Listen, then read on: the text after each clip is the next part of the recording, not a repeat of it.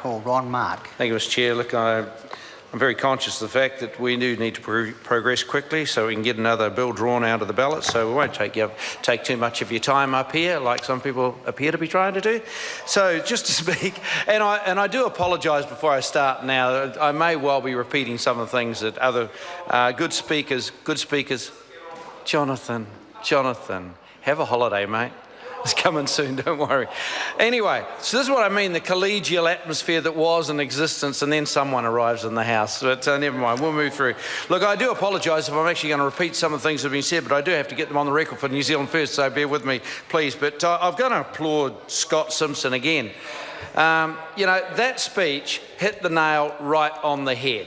And I unfortunately wasn't able to be at the Select Committee hearings at Christchurch that day, but the one comment that came back consistently, and the member Scott Simpson has put it on the table here today, was the attitude and the behaviour of Christchurch City Council officials. And you know, you have some good members on that committee on the government side, and they have all expressed their dismay and their concern at the behaviour.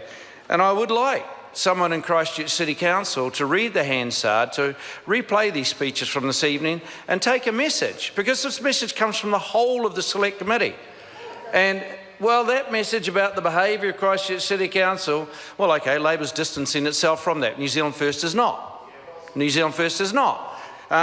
New Zealand First does not like passing retrospective legislation to tidy up muck-ups, mess-ups, stuff-ups from people who get highly paid, well paid, not to make such mistakes. We don't like actually having to support this piece of legislation, but we will, because it's the quickest, cleanest and most sensible way of tidying up an inexcusable situation that has arisen and been allowed to occur over 10 years. And I'm going to take the opportunity, Mr Chairman, to mention some of the things that I raised during the Select Committee hearing.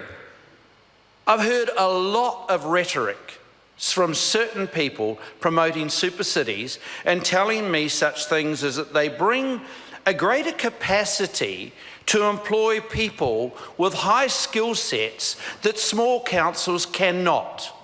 Well, let's be clear about this.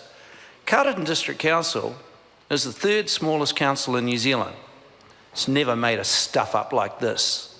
It can't afford to pay people the exorbitant rates that that former CEO of Christchurch, who became infamous all over New Zealand. In fact, I think he got fired or dumped from Hamilton, went down to Christchurch and inflicted his misery down there and got paid an absolute fortune for doing so, and yet oversaw this debacle as one of a couple of CEOs who oversaw it. The process and the procedures that most competent, well-run councils run is that they have a run sheet sitting there to guide the mayor and to guide the council through the motions that have to be put.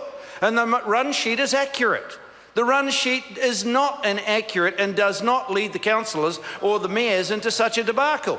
And the person who at the end of the day is ultimately responsible for making sure that run sheet is accurate and that those resolutions that are moved are legally binding and accurate and in compliance with the law is the CEO.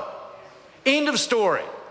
It is absolutely appalling that we end up dealing with an issue where the annual uniform general charges were not correctly passed and 7 targeted rates were inappropriately described in resolution, and that we ended up here. And for them to then turn up at the Select Committee and behave in such a way that was less than contrite, I find absolutely astonishing. And that comes from me, someone who lived in Christchurch for 30 odd years, spent a hell of a lot of time working with people like Vicky Buck, Gary Moore, and a whole bunch of Labor councillors that I got to know very, very well through my time as having been, a Labor Party member down there.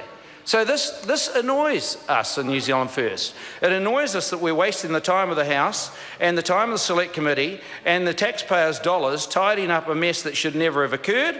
And it annoys us that the council should have been less than contrite, in fact, came across as somewhat flippant and arrogant about the whole thing. It annoys me as a former mayor of a small rural council that I continually hear about how wonderful super cities are. And let's be clear, Christchurch City Council is a super city. It is the first super city. And I actually also find it quite ironic that the minister who's having to bring this legislation to the House as a member and actually advance it through was also herself a member of Canterbury Region, Environment Canterbury as well. Mr. Chair. Cipollone.